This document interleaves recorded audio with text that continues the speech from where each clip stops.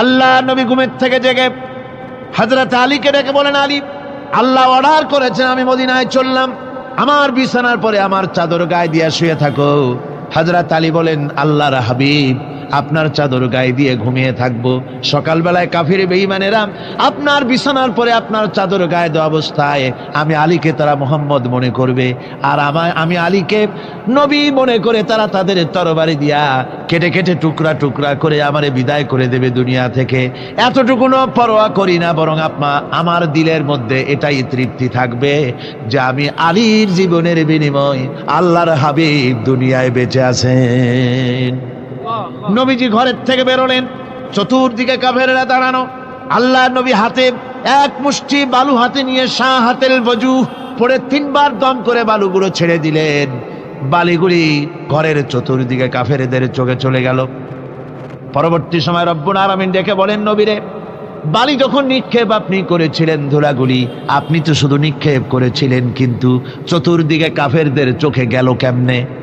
একদিকে মেরেছিলেন, সেই দিকেই তো যাওয়ার কথা ছিল, চতুর্দিকের কাফেরের চোখে চোখে সেগুলো পৌঁছে গেল কেমনে? ওয়ামা রামাইতা ইদ রামাইতা ওয়ালাকিন্নাল্লাহ রামা। আপনি নিক্ষেপ করেন নাই, যখন আপনি নিক্ষেপ করেছিলেন আপনি তো শুধু বালুকণা ছেড়েছেন, আর ওই বালুকণাগুলি ঘরের চতুর্দিকে সব কাফেরদের চোখে পৌঁছবার দায়িত্ব আমার কুদরত গ্রহণ করেছিল। আমার ভাইয়েরা, নবীজি বিপদে, এতগুলি শত্রু তরবারি নিয়ে তিনি বিপদে ধৈর্যহারা হন নাই। আস্তে করে ঘরের থেকে বেরিয়ে হযরত আবু বকরের বাড়িতে গিয়ে হাজির। দরজায় গিয়ে আওয়াজ দিলেন, আবু বকর। অমনি দরজা খুলে গেল। লাব্বাইক ওয়া সাদাইক। হুজুর বলেন, আবু বকর রে, একটা ডাকে কেমনে সাড়া দিলে? তুমি কি ঘুমাইছিলে না?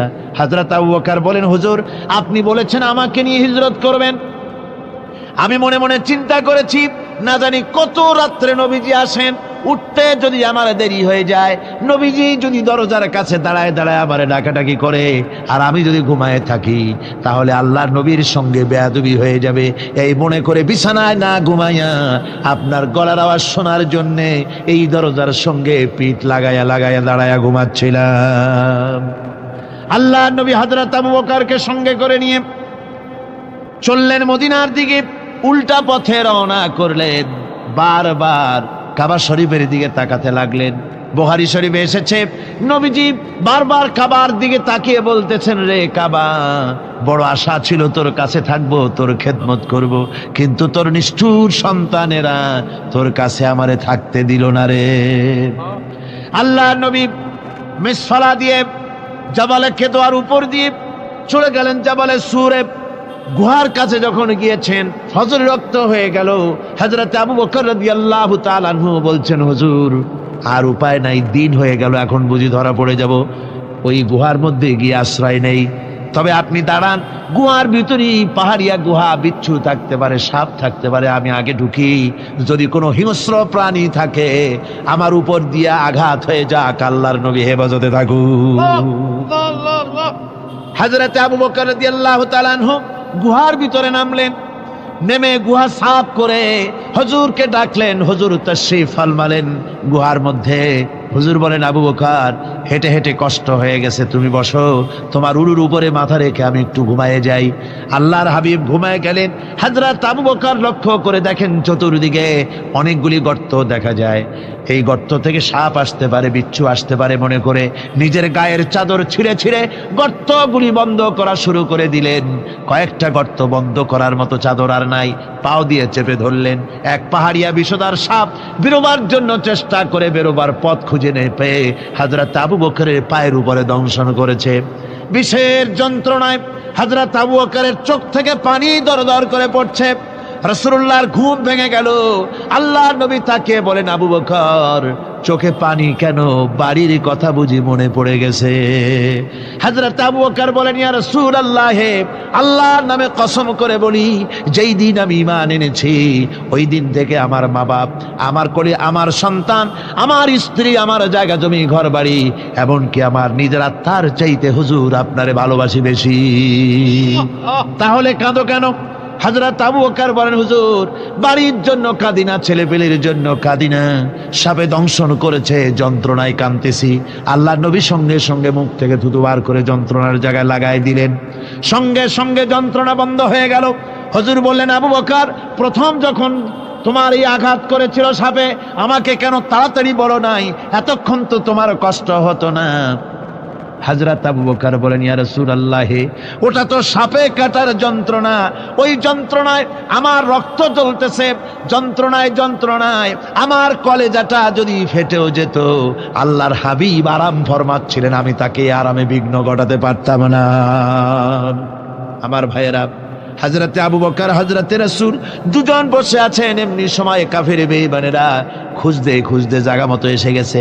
একজনে বলে ভিতরে আছে, আর একজনে বলে নাই। পায়ের যদি থাকবে তাহলে মাকড়সায় জাল বুনালো কি করে, পাখি ডিম পেড়ে বসে আছে কি করে, তাদের সন্দেহ হতে লাগলো। এর মধ্যে না একজন বলে আছে আর একজন বলে নাই। হযরত আবু বকর ভয়ের চোটে কেঁদে ফেলেছেন, হুজুর আর উপায় নাই। এই যে অবস্থান, এই অবস্থার ভিতরে, এই অবস্থার ভেতরেও আল্লাহ নবী এতটুকু ঘাবড়ে যান নাই। শত্রুরা তরবারি নিয়ে এসেছে, সুযোগ পেলেই একটু তাকালেই দেখতে পাবে, তুলে মেরে ফেলে দেবে। আল্লাহর হাবিব মোটেই ধৈর্য হারালেন না, এতটুকুন হতাশ হলেন না। আল্লাহ পাকের হাবিব তার সাথীকে কি বললেন? তখন কোরআনে কারীম সূরা তাওবার মধ্যে আল্লাহ তা উদ্ধৃত করেছেন মুমিনদের জন্য, ইযহুমা ফিল গার ইয ইয়াকুলু লিসাহিবিহি লা তাহজান ইন্নাল্লাহা মা'ানা। ও আমার সাথী, ও বন্ধু, ভয় করো না, চিন্তা করো না, আমরা মাইনরিটি নই, আমরাই মেজরিটি। তার কারণ আল্লাহ আমাদের সাথে আছেন। সুবহানাল্লাহ বিহামদিহি, আল্লাহ আমাদের সাথে আছে। আর বন্ধুগণ, কোরআনে কারীমে রব্বুল আলামিন বলেন, ফাআনজালাল্লাহু সাকিনাতাহু আলাইহি ওয়া আইয়াদাহু বিজুনুদিন লাম তারাওহা। আল্লাহ পাক তার মনের মধ্যে গভীর প্রশান্তি এবং স্বস্তি দান করলেন, আর এমন সৈন্য দিয়ে সাহায্য করলেন যে সৈন্যদেরকে তোমরা দেখতে পাও না। এভাবে করে রব্বুল আলামিন মুমিনদের বিপদে আপদে মুসিবতে সব সময় আল্লাহ পাক মুসলমানদেরকে সাহায্য করেছেন। জোরে বলেন সুবহানাল্লাহ। মুমিনদের সাহায্যকারী আল্লাহ। তাই ইসলামী আন্দোলনের সাথে যারা আছে, যারা কর্মী, যারা নেতা, যারা মুমিন, যারা ঈমানদার, মেঘের মতো প্রচন্ড কালো মেঘ হয়ে চতুর্দিক থেকে অন্ধকারের মতো সে এসেছে বিপদ, কোনো বিপদ না। আল্লাহ পাক সাহায্যকারী। কে সাহায্যকারী? জোরে বলেন, সাহায্যকারী কে? আল্লাহ সুবহানাহু ওয়া তাআলা, তিনি সাহায্যকারী, ভয় নাই। আল্লাহ পাকের উপর ঈমান আনলে পরে কলিজার ভিতরে দুর্জয় সাহসের সৃষ্টি হয়ে যায়, কোনো ভয় অন্তঃকরণে তার থাকে না। আল্লাহ পাক সাহায্য করেন। আর আল্লাহর উপরে ঈমান আনলে পরে রব্বুল আলামিন বলেছেন, ইয়া আইয়ুহাল্লাযীনা আমানু হাল আদুল্লুকুম আলা তিজারাতিন তুনজিকুম মিন আযাবিন আলীম। এমন একটা ব্যবসার কথা কি বলবো না যে ব্যবসায় তোমাদেরকে জাহান্নামের আযাব থেকে বাঁচায় দেবে। তার প্রথম কাজই হলো আল্লাহর প্রতি ঈমান আনা। ঈমান আনলে পরে এই সমস্ত গুণ তৈরি হয়ে যায়। আর ঈমানে সবচাইতে উপকৃত হয় সমাজের লোকেরা, রাষ্ট্রের লোকেরা, পরিবারের লোকেরা, দেশের মানুষ উপকৃত হয় মুমিনদের দিয়ে ঈমানের কারণে। তার কারণ হলো একজন মুমিন, একজন ব্যক্তি যখন ঈমানদার হয়, মুমিন হয়ে যায়, আল্লাহর প্রতি যখন প্রগাঢ় বিশ্বাস তার এসে যায়, তখন সেই ব্যক্তি নৈতিকতার মান তার বেড়ে যায়। জোরে বলেন সুবহানাল্লাহ। নৈতিক চরিত্রের উপরে সে প্রতিষ্ঠিত হয়, সে মিথ্যা বলতে সাহস পায় না। মুমিন ব্যক্তি মিথ্যা বলতে সাহস পায় না। কেন পায় না? মিথ্যা বলতে সাহস পায় না, ঠকাতে সাহস পায় না, ওজনে কম দিতে সাহস পায় না, শয়তানি বদমাশি করতে সাহস পায় না। তার কারণ হলো আল্লাহ পাক বলে দিয়েছেন, মুমিন কোরআনের ভিতরে পড়েছে, ইয ইয়াতালাক্কাল মুতালাক্কিয়ানি আনিল ইয়ামিনি ওয়া আনিশ শিমালি কাঈদ। দুজন নিয়ন্ত্রণকারী ফেরেশতা তোমার ডানে এবং বামে বসে বসে তোমাকে নিয়ন্ত্রণ করছে, কোথায় যাও কি করো এই ফেরেশতারা বসে বসে সব দেখতেছে। মা ইয়ালফিযু মিন কাওলিন ইল্লা লাদাইহি রাকীবুন আতীদ।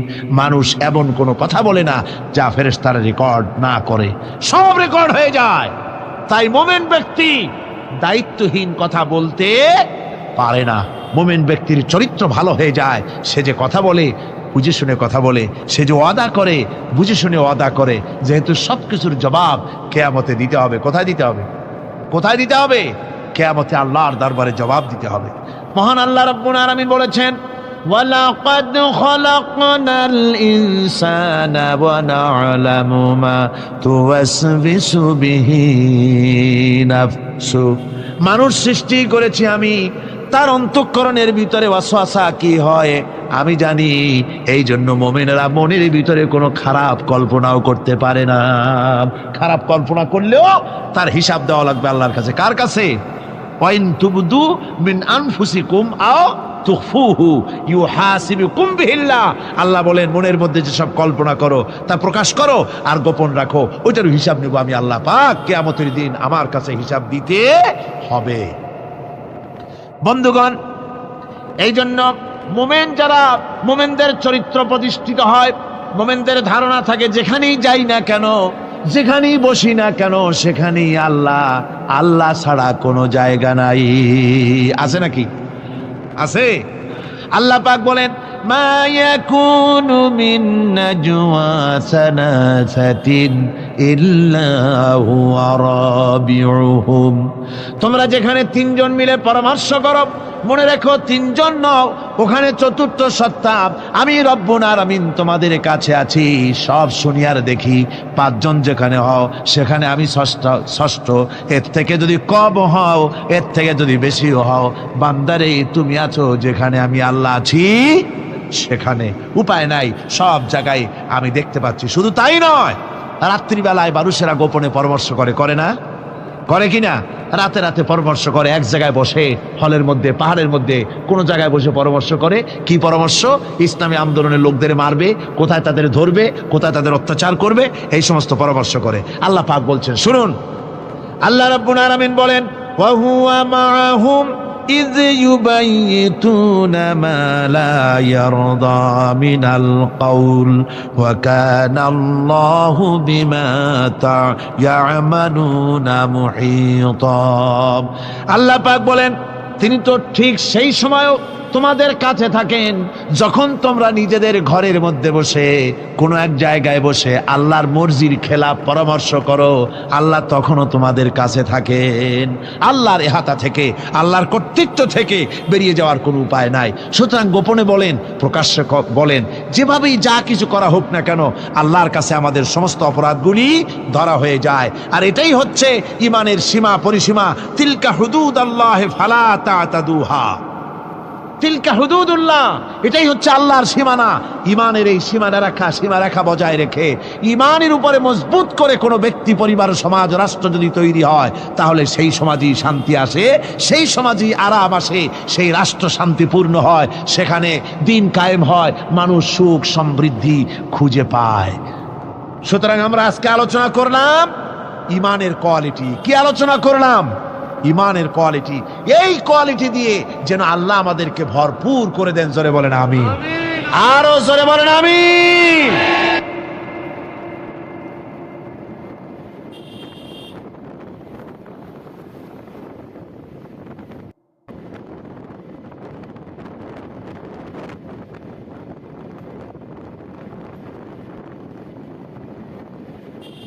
একবার রাসূল পাক সাল্লাল্লাহু আলাইহি সাল্লামের কাছে একজন মুশরিক এসেছেন, তার কাছে একটা ভাঙ্গা মূর্তি।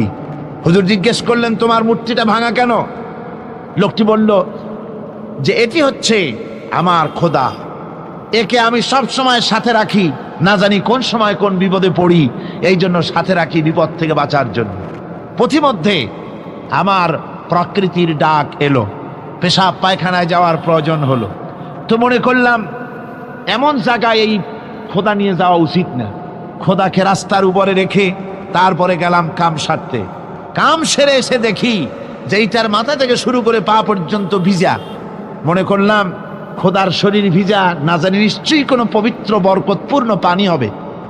তো এই বরকতপূর্ণ পানি আমি নিজে একটু টেস্ট করলাম, জিব্বা দিয়া চাটলাম, খাইলাম, দেখলাম যে কেমন কেমন গন্ধ আসে, আর কি একটা টক টক জাতীয় বিশ্রী রকমের। তো মনে করলাম পবিত্র পানি এরকমের গন্ধ হবে কেন? এদিক ওদিক তাকালাম, তাকিয়ে দেখি দূরে একটা কুকুর দাঁড়ানো, তার নিচের থেকে পানি টপকাচ্ছে। তখন ভাবলাম যে আসলে কোন বরকতের পানি এটা। আমি তখন রাগ করে এইটা ঠ্যাং ধরে আছাড় মারলাম যে তুই কি খোদা না তুই একটা হুদা? তুই তো নিজেরই ঠেকাতে পারিস না বিপদ থেকে, তো আমারে ঠেকাবি কি করে? হাদিস শরীফ এসছে, রাসূল পাক সাল্লাল্লাহু আলাইহি সাল্লাম তখন হেসে দিয়েছিলেন। সে হাসিতে হুজুরের দন্ত মোবারক বিকশিত হয়েছিল, শরীর মোবারক কেঁপে উঠেছিল।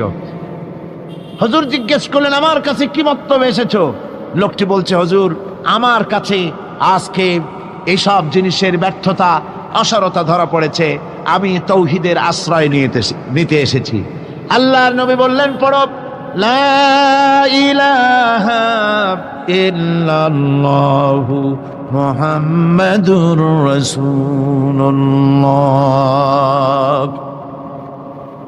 মুমিন ব্যক্তি আত্মমর্যাদার সৃষ্টি হয় তার কলিজার মধ্যে, আত্মসম্ভ্রম, আত্মসম্মান। সে কারো কাছে মাথা নত করবে না, তার কারণ সে জানে আমি যার গোলাম তিনি হচ্ছেন সকল ক্ষমতার উৎস। সকল ক্ষমতার উৎস কে? চিল্লায় বলতে হবে, সকল ক্ষমতার উৎস কে? কিন্তু আমার দেশের পার্লামেন্ট, আমার দেশের সংসদ, এই সংসদে নেতা নেত্রীরা সেখানে বসে বলেন সকল ক্ষমতার উৎস, সকল শক্তির উৎস জনগণ। বলেন এরকম, সকল ক্ষমতার উৎস জনগণ। এই ধরনের কথা বলা শিরক, বিশ্বাস করাও শিরক। জনগণের ক্ষমতা কোথায়? জনগণ শুধু ভোটের ক্ষমতা রাখে, ক্ষমতা দেওয়ার মালিক আর ক্ষমতা ছিনায় নেওয়ার মালিক জোরে বলেন কে? জনগণই যদি ক্ষমতার মালিক হয় তাহলে 9 বছরের রাজার 10 বছরের সাজা হয় কেমনে? জনগণ ক্ষমতার মালিক নয়, এটি একটি মিথ্যে কথা। এই কথাটি শিরক, কোন মুসলমানের কথা বিশ্বাস করা উচিত নয়। কথা বুঝতে পেরেছেন? কোন মুসলমানের বিশ্বাস করা উচিত নয়। আল্লাহ পাক পরিষ্কার বলেছেন, আন্নাল কুওয়াতা লিল্লাহি জামিআ, সমস্ত ক্ষমতার উৎস কেবলমাত্র আল্লাহ সুবহানাহু ওয়া তাআলা। কিন্তু বেকুবরা বোঝে না, জনগণকে খুশি করার জন্য, তাদের ভোট যেন বারবার পাওয়া যায়, এই জন্য বলে সমস্ত ক্ষমতার উৎস জনগণ। বেকুবেরা, পাগলেরা বুঝে না, সেই জন্যই তারা এই কথাগুলি বলে। কয়েকটি কথা আমাদের দেশে চালু আছে যে কথাগুলি শুনলে খুবই খারাপ লাগে। একটা হচ্ছে সকল ক্ষমতার উৎস জনগণ, এটি মারাত্মক শিরকপূর্ণ কথা। আরেকটি কথা, যখন রেডিও টিভিতে বলা হয় যে কুতুবদিয়া, হাতিয়া সন্দ্বীপ, কক্সবাজার উপকূলীয় এলাকায় থেকে 280 মাইল স্পিডে বাতাস প্রবাহিত হবে, 30 ফিট উঁচু হয়ে জলোচ্ছ্বাস হবে, গ্রেট ডেঞ্জার সিগন্যাল নাম্বার 10 দেখাবার জন্য বলা হলো। সাথে সাথে তারপরেই রেডিও টিভি থেকে, সরকারি যন্ত্র থেকে সরকারের লোকেরা বলতে থাকেন, এই বিরাট তুফান, জলোচ্ছ্বাস এবং ঘূর্ণিঝড়ের মোকাবেলা করার জন্য সেনাবাহিনী প্রস্তুত করে রাখা হয়েছে। কি বেকুবি! 30 ফুট জলোচ্ছ্বাস হবে, সেনাবাহিনী করবে কি? বন্দুক নিয়ে দাঁড়ায় থাকবে? মোকাবেলা করবা? প্রচন্ড বাতাসের মোকাবেলা করবা তুমি সলিমুদ্দি? হ্যাঁ, বরং বলা যেতে পারে ঘূর্ণিঝড় এবং জলোচ্ছ্বাসের পরে যে দুর্যোগ সৃষ্টি হবে তড়িৎ গতিতে, আমরা সেই দুর্যোগকে, মানুষকে ঠেকাবার জন্য আমরা প্রাণ চেষ্টা চালাবো, আমাদের সব মেশিনারি সেজন্য প্রস্তুত আছে, এটা বলা যেতে পারে। কিন্তু ঝড়ের মোকাবেলা করব, মারাত্মক কথা, মারাত্মক কথা। আবার আরেকটি কথা খুবই মারাত্মক, এগুলো পত্র পত্রিকায় দেখি, অমুক দলের অমুক নেতা হসপিটালে মৃত্যুর সঙ্গে পাঞ্জা লড়তেছে। আজীব তামাশা! মৃত্যু কি তোমার মাইকেল টাইসন? মৃত্যু কি তোমার মোহাম্মদ আলী ক্লে যে পাঞ্জা লড়বা? মৃত্যুর সাথে পাঞ্জা লড়তে পারে এমন ক্ষমতা পৃথিবীর কেউ আছে? সুতরাং এগুলো জাহালাতের কথা, মূর্খতার কথা। মৃত্যু যন্ত্রণায় ভুগছে এটা বলা যায়, মৃত্যু যন্ত্রণায় কষ্ট পাচ্ছে বলা যায়, মৃত্যুর সাথে পাঞ্জা লড়ছে সলিমুদ্দিন সাহস তো কম না। আমার ভাইয়েরা, সুতরাং সমস্ত ক্ষমতার উৎস কেবলমাত্র আল্লাহ সুবহানাহু ওয়া তাআলা। যাকে খুশি ক্ষমতায় দেন, যাকে খুশি ক্ষমতা থেকে নামায় দেন। এত বড় প্রচন্ড ক্ষমতার মালিক তিনি।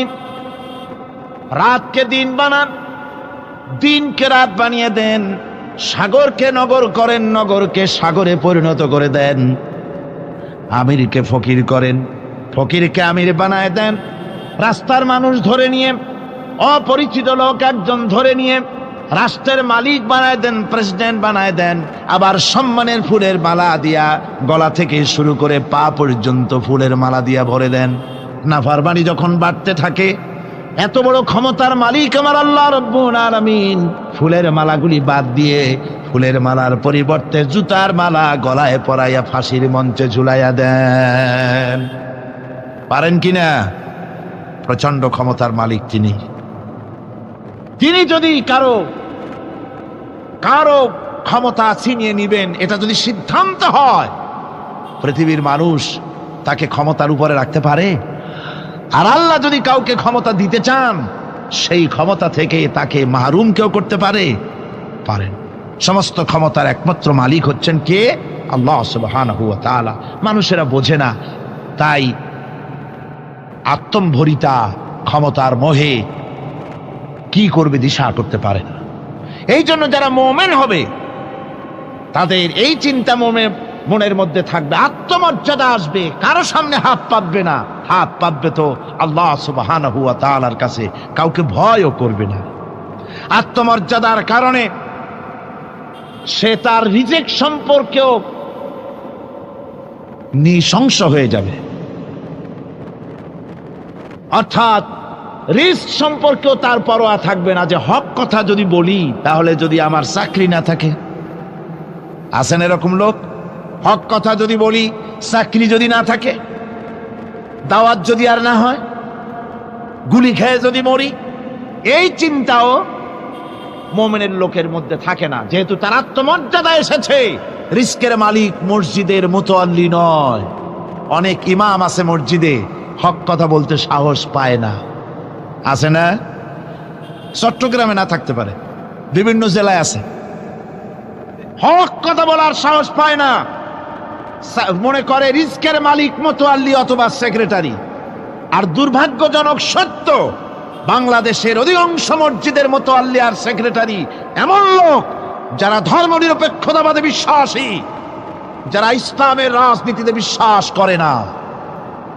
এ ধরনের বহু লোক মসজিদের সেক্রেটারি, মেম্বার, মুতাল্লি হয়ে বসে আছে, আর মসজিদের ইমামদেরকে হক কথা বলতে দেয় না। আছে না? ইমাম সাহেবরা, আমি কিন্তু পাইকারি কথা বলছি না, আলহামদুলিল্লাহ যোগ্যতা সম্পন্ন ইমাম আছেন যারা কথা বলেন। আবার কিছু লোক আছে যারা ভয় পান, আমি তাদের উদ্দেশ্যে বলছি, কোরআনে কারীম বলছে রিস্কের মালিক হচ্ছেন আল্লাহ সুবহানাহু ওয়া তাআলা। তোমার রিস্কের পরোয়াটা কিসের? ইন্নাল্লাহা হুয়ার রাজ্জাকু যুল কুওয়াতিল মাতিন। রিস্কের মালিক তো আল্লাহ পাক, তার হাতেই সমস্ত রিস্ক। রিস্ক কার হাতে? বাংলাদেশ পৃথিবীর দ্বিতীয় বৃহত্তম মুসলিম দেশ। এই দেশে বসে মসজিদে কথা বলতে ভয় পায়, মুসলমানেরা মসজিদে বসে কথা বলতে ভয় পায়। কিন্তু ভারতের দিকে তাকান, ভারতের দিল্লির জুমা মসজিদের ইমাম আব্দুল্লাহ বুখারী, লোকটার জন্য দোয়া এসেই যায় দিল থেকে। যখন কলকাতার হাইকোর্টে কোরআনে কারীমকে ব্যান করে দেওয়ার জন্য মামলা দায়ের করা হলো, দিল্লির জুমা মসজিদের ইমাম বক্তৃতা করলেন। সেই বক্তৃতার ক্যাসেট আমার কাছে পৌঁছানো হয়েছিল। আমি বক্তৃতা যখন শুনছিলাম, আমার মনে হচ্ছিল যেন তার মুখ থেকে আগুন বর্ষণ হচ্ছে। তিনি বলতেছিলেন যে এই ভারতকে আমরা সাজায়েছি। এ ভারতকে আমরা পাতা পল্লব দিয়ে, শাখা প্রশাখা দিয়ে, ফুল দিয়ে, ফল দিয়ে গোটা ভারত 850 বছর বসে আমরা সাজিয়েছি। এ ভারতের কুতুব মিনার আমার, এ ভারতের তাজমহল, শীষমহল, এ ভারতের দেওয়ানি আম, দেওয়ানি খাস, এ ভারতের যা কিছু দেখার, যা কিছু সৌন্দর্য সব মুসলমানেরা করেছে। সেই মুসলমানদের কলিজা, সেই মুসলমানদের রূহ, গোটা পৃথিবীর মুসলমানদের মগজ, পৃথিবীর শ্রেষ্ঠ নেয়ামত আল্লাহ রাব্বুল আলামিনের আখেরি কালাম কোরআনের বিরুদ্ধে কেস হয়েছে। আব্দুল্লাহ বুখারী বলছেন, এই কোরআনের বিরুদ্ধে কোরআন ব্যান করার মতো রায় যদি ভারতের কোন জজ মুখ দিয়ে উচ্চারণ করে কোরআন ব্যান করা হলো, তিনি বলছেন আমি ভারতের জুমা মসজিদের ইমাম শুধু নই, ভারতের 20 কোটি মুসলমানের ইমাম আমি। তিনি বলছেন যদি কোরআনে কারীমকে ব্যান করার রায় ঘোষণা করবে যে জজ, সে জজকে আমি পায়ের নিচে তলায় ধরে বাম হাত দিয়ে তার জিহ্বাটা টেনে ছিঁড়ে ফেলে দেব। আমার দেশে ভারতের মসজিদের ভেতরে ইমামরা যে কথা বলতে সাহস পায়, আমার দেশের মসজিদের অনেক ইমাম আগে যারা একটু সাহস পেত, এখন আবার অনেকের মধ্যে কোন কোন জেলায়, চিটাগংয়ে না কিন্তু কোন কোন জেলায় সাহস একটু কমে গেছে। তার কারণ কিছু বেয়াদব রাজনীতিক তারা বলেছে মসজিদের মধ্যে রাজনীতি করতে দেওয়া হবে না। ওরা হচ্ছে বেয়াদব। জোরে বলেন ওরা কি? আরো জোরে বলেন ওই সব রাজনীতিবিদরা কি? তার কারণ হচ্ছে মসজিদে কি বলা হবে আর কি বলা হবে না তোমার মতো বেয়াদব রাজনীতিবিদের কাছ থেকে তাকেও জিজ্ঞেস করবে না। এ ফয়সালা হয়েছে 1400 বছর আগে। মসজিদে কি বলতে হবে আর না হবে তা শিক্ষা দিয়েছেন জনাবে মুহাম্মদ রাসূলুল্লাহ সাল্লাল্লাহু আলাইহি ওয়াসাল্লাম। ওলামাদেরকে মসজিদে ইমামতি যারা করে তারা হচ্ছে ইমাম নেতা। তোমরা তাদের সাথে আদব করতে হবে, তারা কি বলবে আর কি বলবে না ডিকটেট করার অধিকার কারো নাই। অধিকার আছে। সুতরাং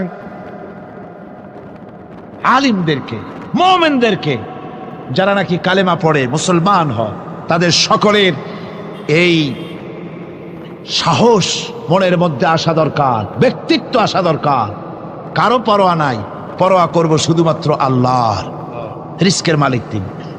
আল্লাহ রাব্বুল আলামিন বলেছেন, ওয়ামা মিন দাব্বাতিন ফিল আরদি ইল্লা আলাল্লাহি রিজকুহা। এই পৃথিবীর বুকে এমন কোন বিচরণশীল জীব নাই যে জীবের রিস্কের দায়িত্ব আমি আল্লাহ আমার নিজ হাতে গ্রহণ করি নাই। সব জীবের রিস্কের চাবি আমার হাতে। কার হাতে? তাহলে ভয়টা কিসের?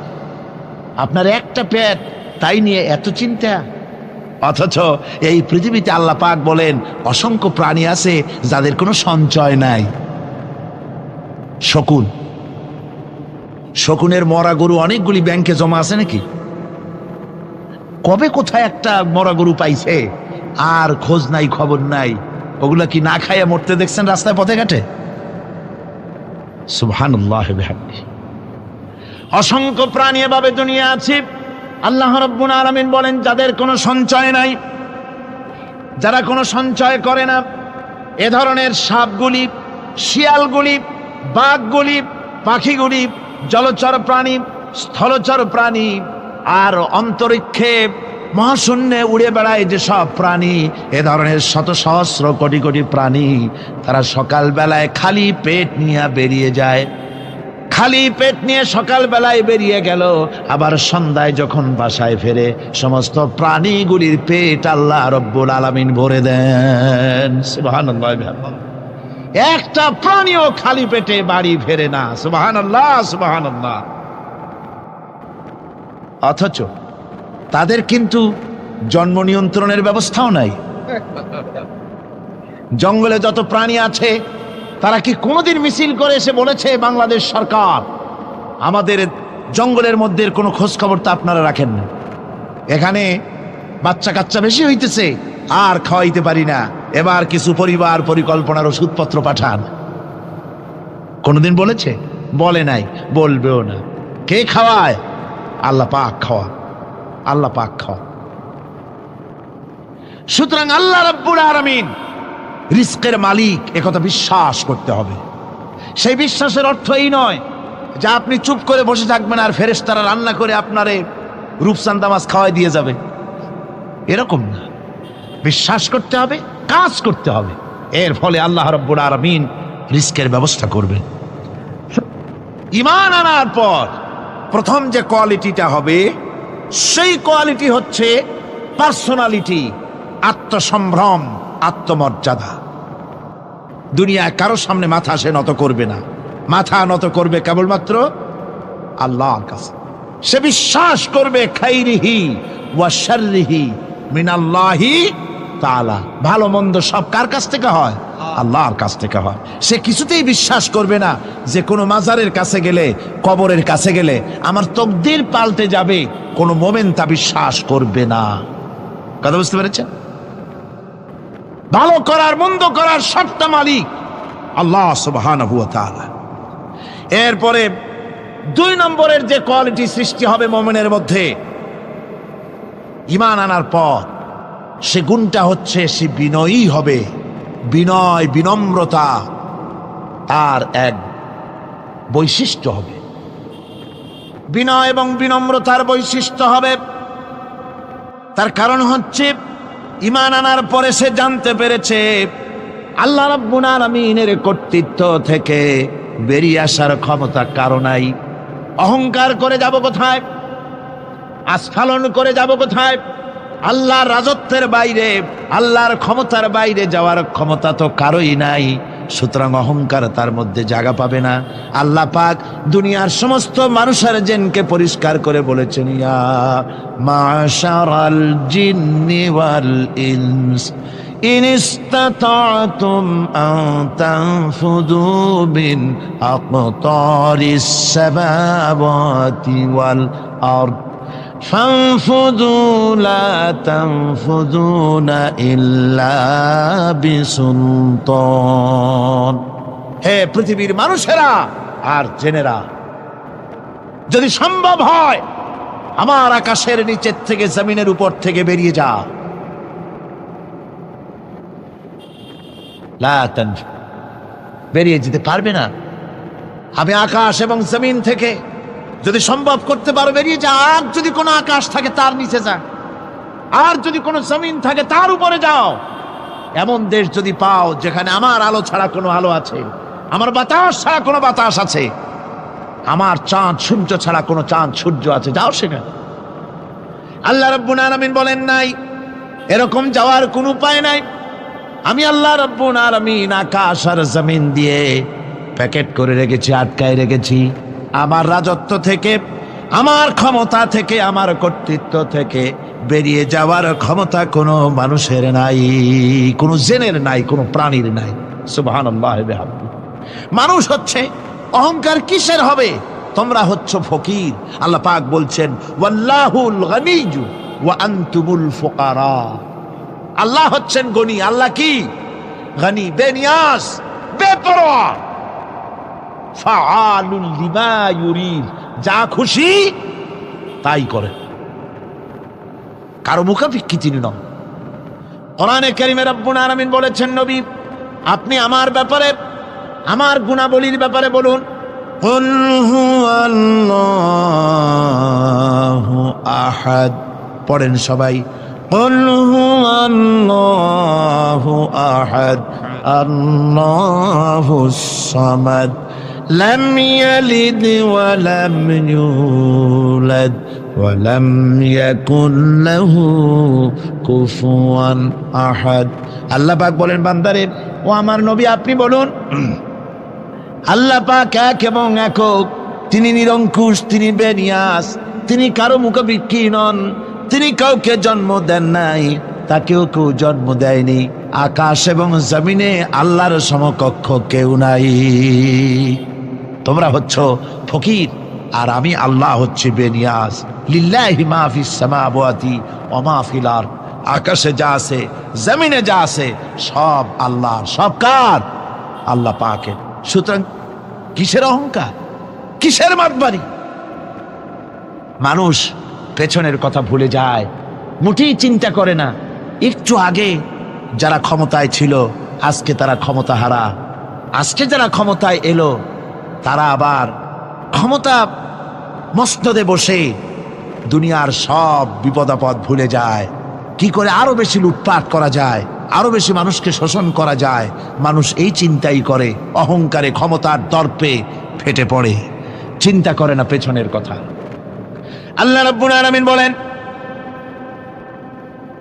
যারা নাকি মুমিন বান্দাদের বিনয় এবং বিনম্রতা তাদের মধ্যে সৃষ্টি হয়ে যাবে, তার কারণ হলো আল্লাহ পাক বলেছেন, ওয়ালা তামশি ফিল আরদি মারহান ইন্নাকা লান তাখরিকাল আরদা ওয়ালান তাবলুগাল জিবালা তুলা। ওয়ালা তামশি ফিল আরদি মারহান, আমার জমিনের উপরে অহংকার করে পা ফেলো না। তুমি কি পারবে অহংকার করে আমার জমিনটাকে ফাটাই দিতে? কি বলেন, পারা যাবে? অহংকার করে জমিনের উপরে লাথি মারেন জোরে, জমিন ফাটবে? ফাটবে না, আপনার পা ছিঁড়ে যাবে। আপনি কি পারবেন অহংকার করে পাহাড়ের উচ্চতা লাফ দিয়ে ছাড়াই যেতে পারবেন? তাও পারবেন না। সুতরাং আল্লাহ পাকের উপরে ঈমান আনলে পরে তাদের মাথা এভাবে নত হয়ে যায়, অহংকার তাদের মধ্যে জায়গা পায় না। অহংকার কিসের অহংকার তোমার? মানুষ তার জন্মের কথা, কোরআনে কারীম বলে মানুষ কি তার জন্মের কথা স্মরণ করে না? তোমার তো এমন অবস্থা ছিল, দুনিয়ায় উল্লেখযোগ্য বিষয়বস্তু হিসাবে তুমি পরিগণিত ছিলে না। তুমি হচ্ছ, তোমার জন্মের উৎস কথা হচ্ছে এক ফোঁটা নাপাক পানি, এমন নাপাক পানি যা শরীর থেকে নির্গত হলে পরে গোসল করা ওয়াজিব হয়ে যায়। এমন এক ফোঁটা নাপাক পানি যার জন্মের উৎস, তার আবার অহংকার কিসের? পৃথিবীতে অহংকার যারাই করলো আল্লাহ পাক তাদেরকে ভালো করে দেখায় দিলেন।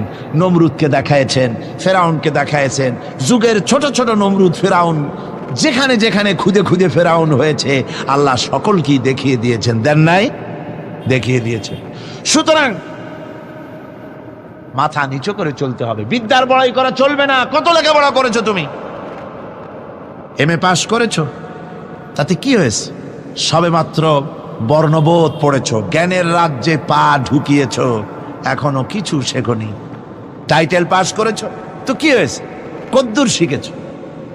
নিউটনের মতো মানুষ মৃত্যুর সময় বললেন, জ্ঞান সমুদ্রের বেলাভূমিতে দাঁড়িয়ে সামান্য বালু কণা নিয়ে নাড়াচাড়া করলাম, অথই সমুদ্রের কিছুই দেখতে পারলাম না। শেখ সাদী রহমতুল্লাহ আলাইহি ইন্তেকালের সময় বলেছেন, মালুম শোধ কি হিচ মালুম না শোধ। সারা জীবন সাধনা করে বুঝিলাম ইহা, যে কিছুই বুঝিলাম না। এগুলি হচ্ছে জ্ঞানীদের কথা। আর কোন রকম ইউনিভার্সিটির বারান্দা দিয়ে 3-4 দিন হাঁটছে, কয় যে সব বুঝি। কি বুঝছো? কয় দেয়ার ইজ নো গড, স্রষ্টা বলতে কেউ নেই। পাগল কি আর গাছে ধরে মিয়া? সুতরাং বিদ্যার বড়াই চলবে না, স্বাস্থ্যের বড়াই চলবে না, অর্থের বড়াই চলবে না। অর্থের বড়াই করবে, কত অর্থ তোমার হয়েছে? আল্লাহ যদি ইচ্ছে করেন ব্রেনের মধ্যে, মগজের মধ্যে এমন টিউমার করে দিবেন, মগজের মধ্যে এমন ক্যান্সার করে দেবেন, হার্টের ভিতরে এমন ক্যান্সার লাগায় দিবেন, 14 গোষ্ঠী বিক্রি করলে ঔষধের পয়সা হবে না। পারবে কিনা আল্লাহ কন? জোরে বলবেন, পারবেন কিনা? এমন বহুত অসুখ আছে ডাক্তাররা বোঝেই না ঔষধ দেবে কি। হযরত ইউনূস আলাইহিস সালাম মাছে তারে গিলে ফেলে দিল, হতাশায় তিনি হার্ট ফেল করেন নাই। মাছের পেটের মধ্যে যদি কেউ চলে যায়, বেরিয়ে যাওয়ার জন্য কোনো ব্যাকডোর আছে নাকি কন? পালাবার কোনো রাস্তা আছে? মাছের পেটের জানালা দরজা আছে কিছু? কিছুই নেই।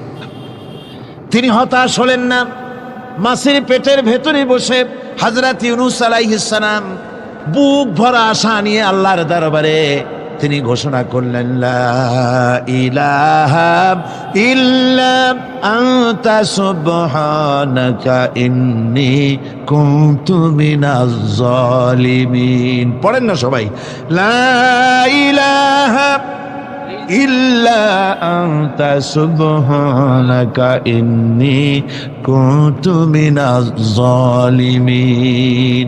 হযরত ইউনূস আলাইহিস সালাম বললেন, আল্লাহ তুমি ছাড়া কোনো ইলাহা নাই, তোমার পবিত্রতা ঘোষণা করছি, আমি জালিমদের অন্তর্ভুক্ত হয়ে গেছি। তিনি যখন চিল্লাচ্ছিলেন, মাসির পেটের ভিতরে বসে যখন কাতরুক্তি করতেছিলেন, আল্লাহ বুঝি তখন শোনেন নাই সে কথা? কি বলেন? আল্লাহ বুঝি তখন তন্দ্রায় বা নিদ্রায় ছিলেন? না, আল্লাহ পাক কি ঘুমান? তন্দ্রায় যান?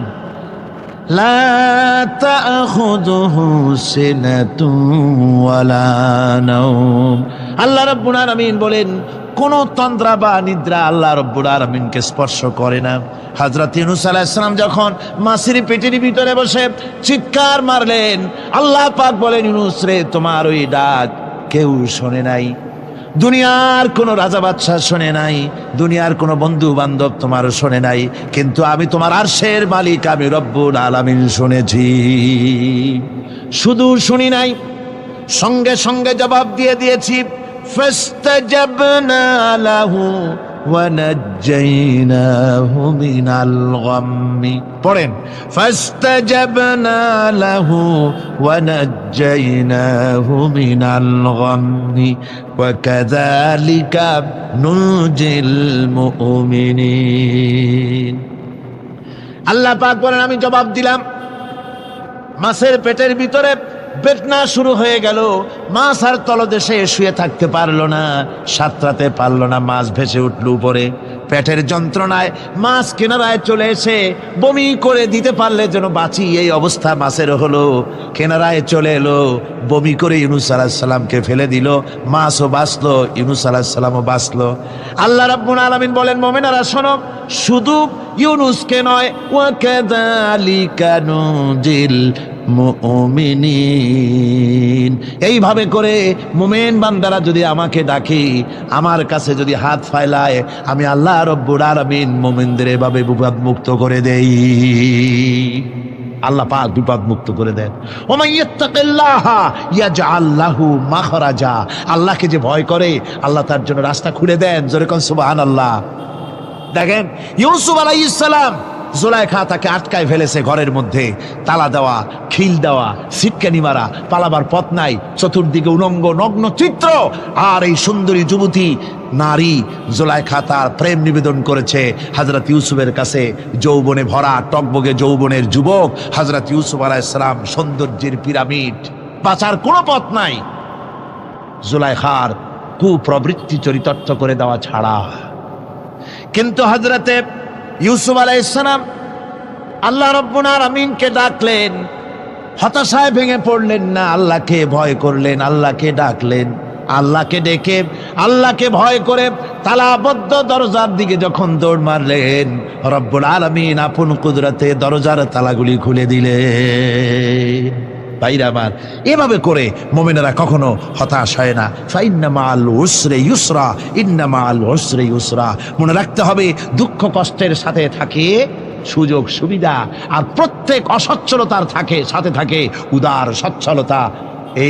এর কোনো বিপরীত কখনই হয় না। আল্লাহ রাব্বুল আলামিন এইভাবে করে মুমিনদেরকে বলেছেন যেন তারা হতাশায় ভেঙে না পড়ে। আল্লাহ পাক বলে, বান্দা যখন আমাকে ডাকে, আমি বান্দার একদম নিকটে, তার ঘাড়ের চাইতেও নিকটে। ওয়া নাহানু আকরাবু ইলাইহি মিন হাবলিল ওয়ারিদ। আমি আমার বান্দার সরব যে রগের উপরে তার মাথা, এর থেকেও আমি আমার বান্দার বেশি নিকটে। সুবহানাল্লাহ পড়ে। আমি তোমার কাছে, আমার কাছে মাপ চাও, যত বড় গুনাহ হোক। ওয়া ক্বালা রাব্বুকুম উদউনি আস্তাজিব লাকুম। তোমার প্রভু তোমাকে ডেকে বলেছে, আমাকে ডাকো, আমি মাফ করে দেবো। সুবহানাল্লাহি ওয়া বিহামদিহি। কত বড় কথা, আমাকে ডাকো, নিরাশ হয়েও না, হতাশ হয়েও না। আল্লাহর গজব বেশি না রহমত বেশি? আল্লাহর রহমত বেশি। হাদিসে কুদসির ভিতরে এসেছে, আল্লাহ পাক বলেছেন, কোন বান্দা যদি আমার দিকে এক বিঘত অগ্রসর হয়, আমার রহমত তার দিকে এক হাত এগিয়ে যায়। কোন বান্দা যদি আমার দিকে হেঁটে আসে, আমার রহমত তার দিকে দৌড়ে যায়। বান্দা যখন আল্লাহর দরবারে দুহাত উঁচু করে চোখের পানি ফেলে দেয়, মুসলিম শরীফের হাদিসের ভিতরে এসেছে, গভীর রাত্রে, রাতের তৃতীয় অংশে আল্লাহ রাব্বুল আলামিন প্রথম আকাশে আসেন আর ডেকে বলেন, পৃথিবীতে আছো নাকি কেউ গুনাহ করে জীবন বরবাদ করে দিয়েছো, আমার কাছে মাপ চাও। ঋণগ্রস্ত আছো, অসুস্থ আছো, অপমানিত আছো, কে আছো মাজলুম, আমাকে ডাকো, আমার কাছে বলো, আমি ডাকের সাড়া দেব, জীবনের আশা পূরণ করে দেব। ওই সময় যেই সমস্ত লোকেরা কান্দে তাহাজ্জুদের নামাজ পড়ে, আল্লাহ জিজ্ঞেস করেন ফেরেশতারা, অমুক অমুক দেশে অমুক অমুক বান্দারা কান্দে কেন? ফেরেশতারা বলে, রব্বুল আলামিন তুমি তো ভালো করে জানো। আল্লাহ বলেন, জানি, তবুও তোমাদের মুখে শুনতে চাই। তারা বলে, রব্বুল আলামিন তোমার এই বান্দা গুনাহ করেছে, গুনার জন্য মাপ চায়, জাহান্নাম থেকে বাঁচতে চায়। আল্লাহ পাক বলেন, ফেরেশতারা আমার এই বান্দারা আমারে দেখেছে নাকি? বলে দেখে নাই। বলে আমার দোজখ দেখেছে নাকি? বলে না, তাও দেখে নাই। আমার বেহেশত দেখেছে নাকি? বলে না, তাও দেখে নাই। আল্লাহ পাক বলেন, ফেরেশতারা সাক্ষী থাকো, ওরা আমাকে দেখে নাই, আমার বেহেশত দোজখ কিছুই দেখে নাই, শুধুমাত্র আমার নবীর কথা, আমার কোরআনের কথা বিশ্বাস করে আরামের ঘুমকে হারাম করে যেভাবে তারা কাঁদতেছে, সাক্ষী থেকে যাও ফেরেশতারা, আমার রহমতের দরিয়ায় জোশ মেরেছে, আমার ওই ক্রন্দনরত বান্দাগুলিকে আমি আল্লাহ মাফ করে দিলাম। সুতরাং মুমিন বান্দা যারা, আল্লাহর মুমিন বান্দা যারা, এই ঈমানের কোয়ালিটি, এটাও হতাশায় নিরাশায় ভেঙে পড়বে না। গুনাহ তো মানুষই করে, গুনাহ হয়ে গেছে, মাপ চাও। তোমার গুনাহ কদ্দুর? তোমার গুনাহ যদি হয় পাহাড় সমান, আল্লাহর রহমত আকাশ সমান। জাহান্নামের কঠিন শাস্তি থেকে বাঁচতে হলে আল্লাহর প্রতি ঈমান আনতে হবে। আর ঈমান আনলে যে কোয়ালিটিগুলি হওয়া উচিত, সেগুলি আমি আপনাদের সামনে আলোচনা করছি। এরপর আরেকটি কোয়ালিটি হবে মুমিনের, তা হলো কঠোর কঠিন বিপদে অবিচল থাকবে, বিপদে ভেঙে পড়বে না।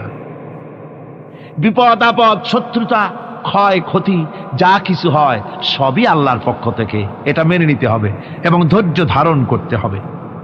বিপদ মুসিবত শুধু উম্মতের জন্য নয়, দুনিয়ার সমস্ত নবীদের বিপদ এসেছে, হয় নাই? নবীদের বিপদ আসে নাই? কোরআনে কারীম থেকে শুনুন, আল্লাহ রাব্বুল আলামিন বলেন, وَكَذَلِكَ جَعَلْنَا لِكُلِّ نَبِيٍّ عَدُوًّا مِّنَ الْمُجْرِمِينَ। আল্লাহ পাক বলেন, এমনি করে আমি সকল নবীদের শত্রু বানিয়ে দিয়েছি সব পাপিষ্ঠ আর অপরাধ প্রবণ লোকদেরকে। প্রত্যেক যুগে নবীদের শত্রু ছিল, প্রত্যেক যুগে নবীদের কি ছিল? শত্রু ছিল। সে শত্রু কারা ছিল? আল্লাহ পাক বলছেন, নবীদের শত্রু ছিল পাপিষ্ঠ আর অপরাধ প্রবণ লোক, এরাই ছিল নবীদের দুশমন। রাসূলগণের অবস্থা যদি এই হয়, তাহলে তার উম্মত, ওই দিনের ধারক বাহক যারা, তাদের বুঝি বিপদ আপদ হবে না? নাকি হবে কিনা? তো ইসলামের বিরোধিতা যারা করে, কোরআনের পরিভাষায় বলা হয়েছে ইসলামের দুশমন, নবীদের দুশমন। দুনিয়ার সব পাপিষ্ঠ আর অপরাধ প্রবণ লোকেরাই ইসলামের দুশমন হয়, নবীদের দুশমন হয়। আজও দেখেন, আজও তাকিয়ে দেখেন, ইসলামী আন্দোলনের বিরোধিতা যারা করে তারা পাপিষ্ঠ চরিত্রের কিনা, তাকায় দেখেন, খুঁজে দেখেন, সর্বত্র খুঁজে দেখুন, খুঁজে দেখুন। যারা ইসলামী আন্দোলনের বিরোধিতা করে, যারা ইসলামকে মিটিয়ে দেওয়ার চেষ্টা করতেছে, যারা ইসলামকে মৌলবাদ বলে, ইসলামকে সাম্প্রদায়িক বলে, কোরআনে কারীমের কথা কত স্পষ্ট যে নবীদের দুশমন হয়, ইসলামের দুশমন হয় মুজরিম লোকেরা, অপরাধ প্রবণ আর পাপিষ্ঠ লোকেরা। আজও আমরা দেখতে পাই এই শ্রেণীর লোকেরা পাপিষ্ঠ এবং সবচাইতে সমাজের নিকৃষ্ট ধরনের চরিত্রহীন লোক। নামাজ নাই। আপনি খুঁজে দেখেন, ইসলামী আন্দোলনের বিরোধিতা যারা করছে, যারা নেতৃত্ব দিচ্ছে, নামাজ নাই, রোজা নাই, চরিত্র নাই, হজ নাই, যাকাত নাই, মদ, জুয়া, জেনা, ব্যভিচার ইত্যাদিতে লিপ্ত। চেহারা দেখলে ছেলেপেলেরা 2 গ্লাস পানি খায় ভরস ওঠে। কথা ঠিক কিনা কর? এই হলো অবস্থা। মারে কেন? মুমিনদেরকে, পয়গম্বরদেরকে, সাহাবীদেরকে এবং ঈমানদারদেরকে মারে কেন? তার কারণ হচ্ছে আল্লাহ রাব্বুল আলামিন বলেছেন, ওয়া মা নাকামু মিনহুম ইল্লা আইয়ুমিনু বিল্লাহিল আজিজিল হামিদ। কাফিররা ঈমানদার লোকদেরকে অন্য কোন অপরাধী নির্যাতন চালায় না, নির্যাতন চালায় শুধু এই কারণে যেহেতু মুমিন লোকেরা পরাক্রমশালী, আল্লাহ রাব্বুল আলামিনের দ্বীনকে কায়েম করতে চায়, তার উপরে ঈমান এনেছে, এই কারণেই তারা মারে। ঠিক কিনা কর? যুগে যুগে নবীদের উপরে, সাহাবীদের উপরে যে অত্যাচার হয়েছে, সেই অত্যাচার এই কারণেই হয়েছে, অন্য কোনো কারণে নয়। এই কঠিন বিপদে অবিচলতা এবং ধৈর্যের দৃষ্টান্ত নবীগণ পেশ করেছেন পৃথিবীর বুকে। আমরা দেখেছি ইব্রাহিম আলাইহিস সালামকে আগুনে ফালানো হয়েছে, আছে না কোরআন শরীফে? আমি কিন্তু গল্প করতেছি না, সব কোরআনের কথা। কিসের কথা? ইব্রাহিম আলাইহিস সালামকে আগুনে ফালানো হচ্ছে। অপরাধ কি? অপরাধ হচ্ছে হযরত ইব্রাহিম আলাইহিস সালাম দাওয়াত দিয়েছেন লা ইলাহা ইল্লাল্লাহ। জোরে পড়েন লা ইলাহা ইল্লাল্লাহ, লা ইলাহা লা ইলাহা ইল্লাল্লাহ মুহাম্মাদুর রাসূলুল্লাহ। হযরত ইব্রাহিম আলাইহিস সালাম দ্বীনের দাওয়াত দিয়েছেন, এক আল্লাহর দাওয়াত দিয়েছেন, ঈমানের দাওয়াত দিয়েছেন। আর কোন অপরাধ ছিল না। নমরুদ সহ্য করতে পারলো না।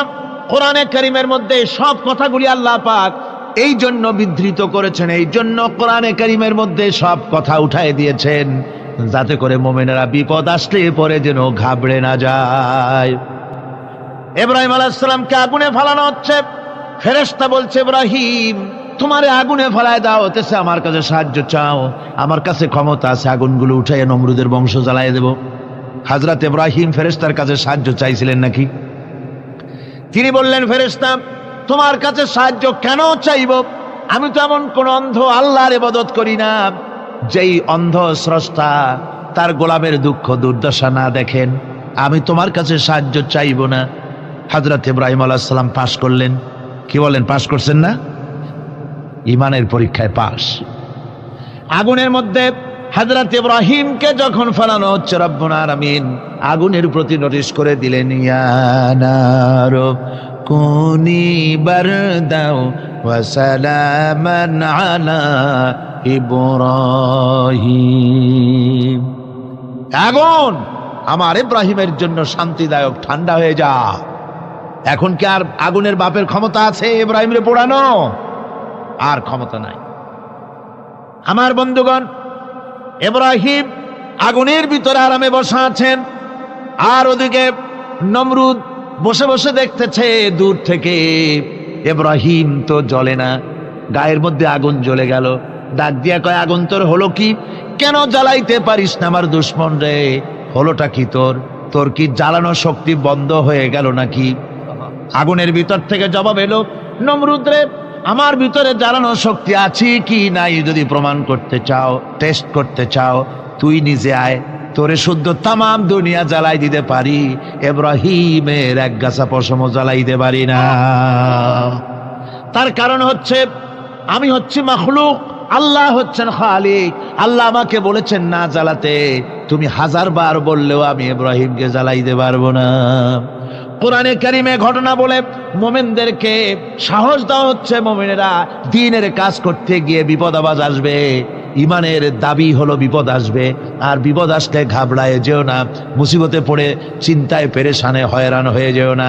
বিশ্বকবি আল্লামা ইকবাল কি সুন্দর করে বলেছেন, আজ ভি হোক জু ইব্রাহিম কা ইমা पैदा आग कर सकती है एक अंदाज गुलिस्तां पैदा। ইব্রাহিমের ঈমান যদি আজিও কোথাও হয় বিদ্যমান, করতে পারেন অগ্নিকুণ্ডে খুবসুরত এক গুলিস্তান। আজও যদি আগুনের ভিতরে কোন নমরুদ কোন ইব্রাহিমকে যদি ফেলে দেয়, আল্লাহ রাব্বুল আলামিন আজও আগুনকে ফুলের বাগান বানায়া দিবেন। সুবহানাল্লাহ। ভয় পাওয়ার কারণ নাই, চিন্তা করার কোনো কারণ নাই। আমার বন্ধুগণ, হযরতে হুদ আলাইহিস সালামকে যখন সমাজের লোকেরা, রাষ্ট্রের লোকেরা ঘিরে ফেলে দিল। সমাজ শক্তি, রাষ্ট্র শক্তি যখন তাকে ঘিরে ফেলে দিল, ষড়যন্ত্রের পাহাড় তুলে দিল, তারে মেরে ফেলে দিবে। হযরত হুদ দেশ থেকে তা পালায় গেলেন না, ভয় পেলেন না। হযরতে হুদ আলাইহিস সালাম বললেন, কোরআনে কারিমে হযরত হুদের কথা কোট করা হলো, ফাকিদুনি জামিআন সুম্মা লা তুনজিরুন। সম্মিলিতভাবে ষড়যন্ত্র করো আমার বিরুদ্ধে, সবাই মিলে ষড়যন্ত্র করো, সুম্মা লা তুনজিরুন, আর আমাকে এতটুকু অবকাশ তোমরা দিও না। ইন্নী তাওয়াক্কালতু আলাল্লাহি রাব্বি ওয়া রাব্বিকুম, আমি ভরসা করেছি সেই আল্লাহর উপরে, যার কুদরতি হাতের ভেতরে, যিনি আমাদের রব তোমাদেরও রব, আর যার কুদরতি হাতের ভিতরে তামাম পৃথিবীর জানগুলি যার হাতে, সে আল্লাহর উপরে ভরসা করেছি। ষড়যন্ত্র যদ্দূর আছে করতে থাকো, আমি ষড়যন্ত্র পরোয়া করি না। সুবহানাল্লাহ পড়েন। এটাই হলো মুমিনের কোয়ালিটি। শুধু ঈমান, লা ইলাহা ইল্লাল্লাহু মুহাম্মাদুর রাসূলুল্লাহ, গরুর গোশত খাই, আর রবিউল মাস আসতে পরে ইয়া নবী সালাম আলাইকা, ইয়া রাসূল সালাম আলাইকা, তারপরে গরম গরম জিলাপি আর রসগোল্লা খাইলাম খুব বেশি করিয়া, এর নাম মুমিন নয়। মুমিন হচ্ছে তার চলায় ফেরায়, ওঠায় বসায় সাহসিকতার এক আন্দাজ তৈরি হবে সে। আমার ভাইয়েরা, বিপদে অবিচলতা আমাদেরকে পয়গম্বরেরা শিক্ষা দান করেছেন। আমরা দেখতে পেয়েছি বিশ্বনবী জনাবে মুহাম্মদুর রাসূলুল্লাহ সাল্লাল্লাহু আলাইহি ওয়াসাল্লাম হিজরতের রাত, কাফেররা চতুর্দিকে দাঁড়ানো, হযরত জিবরাইল এসে বলেন, ইয়া রাসূলুল্লাহ, হে কাফেররা চতুর্দিকে ঘিরে দাঁড়িয়েছে, গভীর রাত, এখন হাতে তাদের তরবারি, সকাল হলে পরেই তারা আপনাকে মেরে ফেলে দিবে, তাড়াতাড়ি ওঠেন, মদিনার দিকে চলে যান। আল্লাহ নবী ঘুমের থেকে জেগে হযরত আলীকে ডেকে বলেন, আলী, আল্লাহ অর্ডার করেছেন আমি মদিনায় চললাম, আমার বিছানার পরে আমার চাদর গায়ে দিয়ে শুয়ে থাকো। হযরত আলী বলেন, আল্লাহর হাবিব, আপনার চাদর গায়ে দিয়ে ঘুমিয়ে থাকবো, সকালবেলায় কাফির বেঈমানেরা আপনার বিছানার পরে আপনার চাদর গায়ে দেওয়া অবস্থায় আমি আলীকে তারা মুহাম্মদ মনে করবে, আর আমি আলীকে নবী মনে করে তারা তাদের তরবারি দিয়া কেটে কেটে টুকরা টুকরা করে আমারে বিদায় করে দেবে দুনিয়া থেকে। এতটুকুনো পরোয়া করি না, বরং আমার দিলের মধ্যে এটাই তৃপ্তি থাকবে যে আমি আলীর জীবনের বিনিময় আল্লাহর হাবিব দুনিয়ায় বেঁচে আছেন। নবীজি ঘরের থেকে বেরোলেন, চতুর্দিকে কাফেররা দাঁড়ানো। আল্লাহ নবী হাতে এক মুষ্টি বালু হাতে নিয়ে শাহাতেল ওযু পড়ে তিনবার দম করে বালুগুলো ছেড়ে দিলেন। বালিগুলি ঘরের চতুর্দিকে কাফেরদের চোখে চলে গেল। পরবর্তী সময় রব্বুল আলামিন ডেকে বলেন, নবীরে, বালি যখন নিক্ষেপ আপনি করেছিলেন ধুলাগুলি, আপনি তো শুধু নিক্ষেপ করেছিলেন, কিন্তু চতুর্দিকে কাফেরদের চোখে গেল কেমনে? একদিকে মেরেছিলেন, সেই দিকেই তো যাওয়ার কথা ছিল, চতুর্দিকের কাফেরের চোখে চোখে সেগুলো পৌঁছে গেল কেমনে? ওয়ামা রামাইতা ইদ রামাইতা ওয়ালাকিন্নাল্লাহ রামা। আপনি নিক্ষেপ করেন নাই, যখন আপনি নিক্ষেপ করেছিলেন আপনি তো শুধু বালুকণা ছেড়েছেন, আর ওই বালুকণাগুলি ঘরের চতুর্দিকে সব কাফেরদের চোখে পৌঁছবার দায়িত্ব আমার কুদরত গ্রহণ করেছিল। আমার ভাইয়েরা, নবীজি বিপদে, এতগুলি শত্রু তরবারি নিয়ে তিনি বিপদে ধৈর্য হারা হন নাই। আস্তে করে ঘরের থেকে বেরিয়ে হযরত আবু বকরের বাড়িতে গিয়ে হাজির। দরজায় গিয়ে আওয়াজ দিলেন, আবু বকর। অমনি দরজা খুলে গেল। লাব্বাইক ওয়া সাদাইক। হুজুর বলেন, আবু বকর রে, একটা ডাকে কেমনে সাড়া দিলে?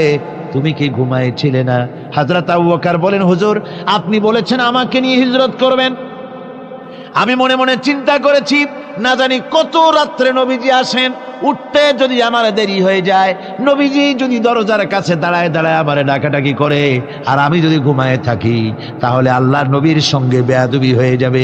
এই মনে করে বিছানায় না ঘুমাইয়া আপনার গলার আওয়াজ শোনার জন্যে এই দরজার সঙ্গে পিঠ লাগাইয়া লাগাইয়া দাঁড়াইয়া ঘুমাচ্ছিলাম। আল্লাহর নবী হযরত আবু বকরকে সঙ্গে করে নিয়ে চললেন মদিনার দিকে। উল্টা পথে রওনা করলেন।